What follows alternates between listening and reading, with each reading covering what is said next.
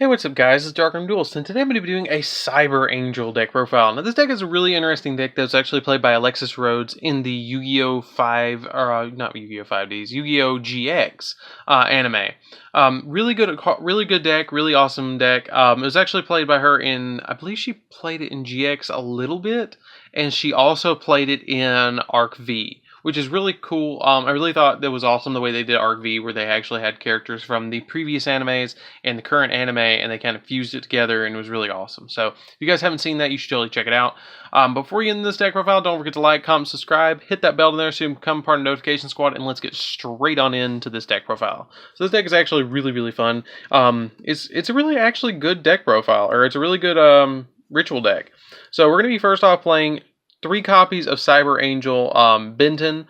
Benton basically, you use this card to ritual summon a lot of other Cyber Angel monsters because if this card battles or destroys a monster by battle and sends it to the graveyard, inflict damage to your opponent equal to the original defense of the monster that this card sent to the grave. But the effect that you use the majority of the time on Benton is if this card is tributed, you can add a light fairy type monster from your deck to your hand. That's the big effect that you're going to use all the time on Benton, is using it for other ritual monsters to get off your plays. Then we play 1 copy of Edaton. Edaton, if it's tributed, you get to gain all your ritual monsters gain 1,000 attack and defense points, which is really cool.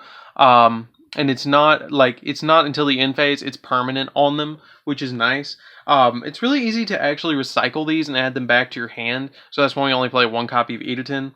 I only play 1 copy of Natasha. I was kind of testing it out as a one-of. I kind of like it, but you can ritual summon this card with Machine Angel Ritual, and then once per turn, you can target 1 face-up monster you control, gain life points equal to half that monster's attack, and then when this ritual summon card, when a ritual monster you control is targeted for an attack, you can negate the attack, and if this card is in your graveyard, you can banish it, and 1 other Cyber Angel monster from your grave, then target 1 monster your opponent controls, special summon this card, and if you do, take control of that monster. I love that take control of that opponent's monster effect. It's really good, and it's really useful as well. Then we play 1 copy of Cyber Angel Dakini. Dakini is kind of like the boss of the deck, besides Vrash. But what it does is you can ritual summon this card with Machine Angel Ritual, and if this card...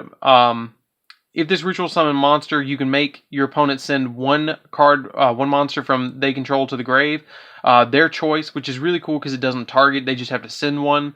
And if a ritual monster you control attacks a defense position monster, you inflict piercing damage monster to that opponent. And then once per turn during the end phase, you can target a ritual monster or Machine Angel Ritual in your grave and add it to your hand. See, that's how you recycle them. You use Dakini all the time. Then I played 1 copy of the newish one, which from Sisters of the Rose, and that's Izana.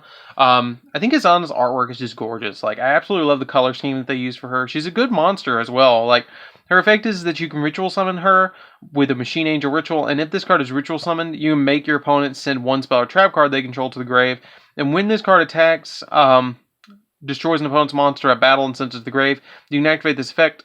This card can make a second attack on a monster in a row. So it becomes like you can attack multiple times with it, which is what I really like about Izana. And then once per turn, when your opponent activates a card or effect that targets a Cyber Angel monster you control, quick effect, you can shuffle 1 ritual monster from your grave into the deck, and if you do, destroy 1 card your opponent controls. So it actually prevents your opponent from, like, it doesn't prevent them from targeting, but it helps you just kind of stop your opponent. Then we play the big boss monster, which is Vrash. Vrash is just a good 3k ritual monster that inflicts extra damage to your opponent and does all sorts of good stuff. Like, once per turn during either player's turn, when a card effect is activated that would destroy a card on the field, you can shuffle a ritual monster from your grave into the deck and negate the activation if you destroy it. So, like, saves your ritual monsters, and then on top of that, if it's special summoned from the, if your opponent special summons from the extra deck, you can inflict 1,000 points of damage to your opponent for each. And if you do, this card can make a second attack during the row, which is cool. You can destroy as many face-up monsters your opponent controls that were special summoned from the extra deck. I mean, it's just a good card. Like, it's a game ender. And then for the kind of negation portion of the deck, I play 2 copies of Herald of Perfection, because you just need it to be able to prevent your opponent from doing stuff. Then I play a Chalice Slime, because I do play Implications in this deck. You need the Implications in this deck to, like, prevent your opponent from doing all sorts of stuff. And being able to just, like, ritual summon easier. So you use them all the time in this deck. 3 copies of Manju, just searches literally any ritual. 3 copies of Cyber Angel, or Cyber Egg Angel. It's a new one from the new Sisters of the Rose pack. If this card is summoned, you can add a Machine Angel, spell or trap card, or Ritual Sanctuary from your deck to your hand, which is really cool. Cyber Petite Angel is just a one-of. If this card is summoned, you can add a Cyber Angel monster or Machine Angel Ritual from your deck to your hand. Just overall 2 really good cards. You need them both in the deck. And then I play my Implication, which I'm going to move these cards really quick and show you the Implication Engine. So that's it for the Ritual monsters. We're getting into the Implication Engine. So for the Implication Engine, we're playing 2 copies of Talismandra, 2 copies of Kandal, 1 copy of Bookstone, and 1 copy of the Pen. So that's the only ones that we play. That's the only ones I feel like I need, to be honest with you. This does everything that I need it to do with Chalice Slime. I think this should be like the standard. You just need like 2, 2, and 1 and 1, or 2, 2, 2, 2. I wouldn't imagine that you need anything more than that. So that's it for the monsters, guys. Let's get into the spells. I will tell you guys, I even thought about doing something crazy in this deck.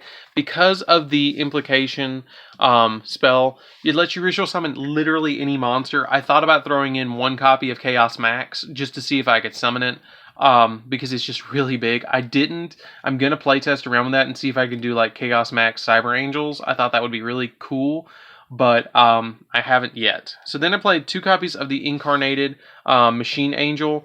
Your opponent, your Cyber Angel ritual monsters cannot be destroyed with battle, and when you take damage by an opponent's effect, you can tribute 1 Cyber Angel monster from your hand or field, special summon a Cyber Angel ritual monster from your hand. This is treated as a ritual summon. That's really, really good, and so I played it as a 2-of. I don't think I want to see it at 3, but 2 is pretty good. And then I play 3 copies of Machine Angel Ritual. This just summons all our Machine Angels. And if a light monster you control would be destroyed by battle or by card effect, while this card is in your grave, you can banish it. And then 1 copy of Machine Angel Absolute Ritual. It's kind of like Miracle Fusion, I guess. You can tribute, you must also tribute monsters from your hand or field, and or shuffle fairy or warrior monsters from your graveyard into your deck. That's kind of like how I feel like it's Miracle Fusion, because it has interaction with the graveyard. But it's a really good ritual effect that you can just use over and over again. Then I play Dawn of the Herald. You need double Dawn of the Herald because you're summoning 2 copies of it. Then I play 2 copies of the Preparation of Rites, and then 3 copies of Pre-Prep of Rites, just to be able to do what I need to do with my ritual monsters. Since the majority of everything is under level 7 in this deck, besides I think Vrash, Izana, and Dakini. I think Dakini is even level 7. No, might be 8. No, Dakini is 7.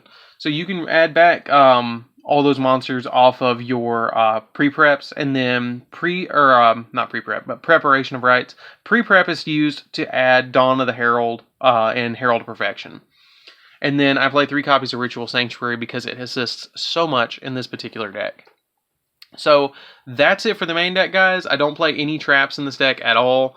You just don't need it in this deck. This deck does enough on its own. Let's get into the extra deck. So for the extra deck, we're going to play 2 copies of Hippo Shinnigan. I don't go into the extra deck all that much, surprisingly, because like the incantations they prevent you from using extra deck stuff. So like I don't use it that much. I usually just go through the main deck and win off of the main deck, but I did throw together an extra deck for you guys to show you kind of like some suggestions. Underclock Taker, that's something I summon every so often, but Hippo Shinnigan's the big one that I summon a lot. Nightmare Cerberus I summon a lot because I bounce pop monsters. Phoenix is there because the pop spells and traps. Unicorn's there just to bounce stuff.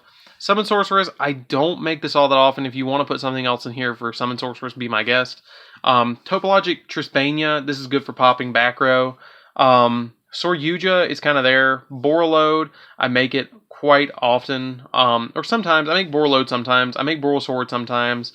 Utopia Beyond, I use like Benton and Dakini, or Benton and Edaton to summon this. Balancer, same thing. Sky Cavalry is here because the little one, the egg, and the Petite Angel, you can make it with it. and it's really good to be able to make this. Like, really, really, really good. And then Daigusto Phoenix, in case I want to try and do more damage with the egg and the Petite Angel. Like, you can overlay both of them into either of these, whichever way you want to go. Usually I go for Sky Cavalry if I'm going to make anything. So that's it for the deck, guys. I hope you enjoyed this one. It's a really fun deck. It's a really easy deck to play. It's just kind of like your standard ritual deck. Like, it's just fun, and I like it.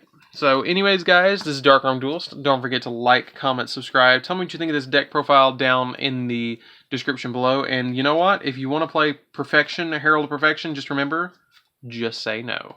So anyways, guys, this is DarkArmedDuelist. Don't forget to like, comment, subscribe.